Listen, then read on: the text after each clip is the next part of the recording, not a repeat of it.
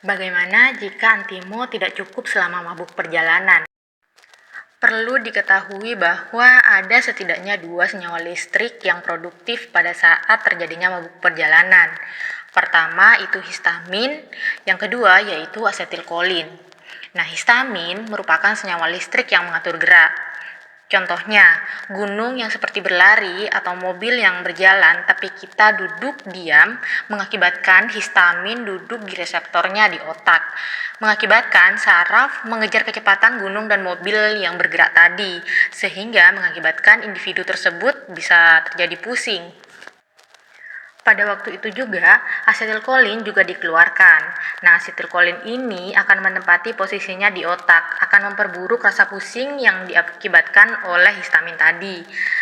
Ketika asetilkolin berjalan ke daerah perut atau ke saluran cerna, maka dia akan membuat individu merasa mual.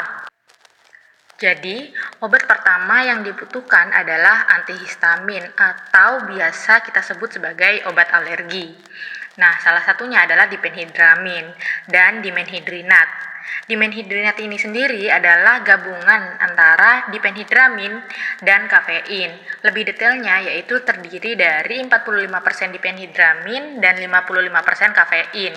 Kafein di sini dibutuhkan agar kita bisa tetap terjaga dan melek selama perjalanan.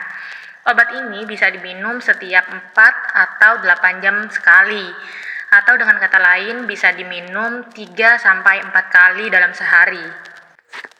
Jika dimenhidrinat atau antimo ini tidak cukup, maka bisa segera konsultasi ke dokter sebelum berangkat. Obat seperti hyosin dan skopolamin akan diresepkan.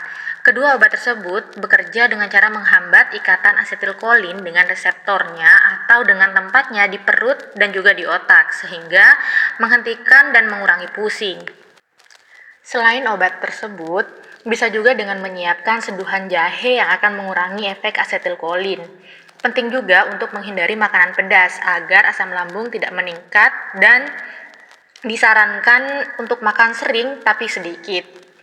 Ingat juga, jika sudah meminum 2 liter air, maka juga disarankan untuk membatasi asupan air, supaya tidak sering buang air kecil. Karena jika asetilkolin dihambat, maka kandung kemih akan menjadi sedikit lebih longgar. Tunggu pembahasan mengenai obat mabuk perjalanan selanjutnya jika kamu sering mengkonsumsi antimo dan mendapatkan efek samping setelah mengkonsumsinya.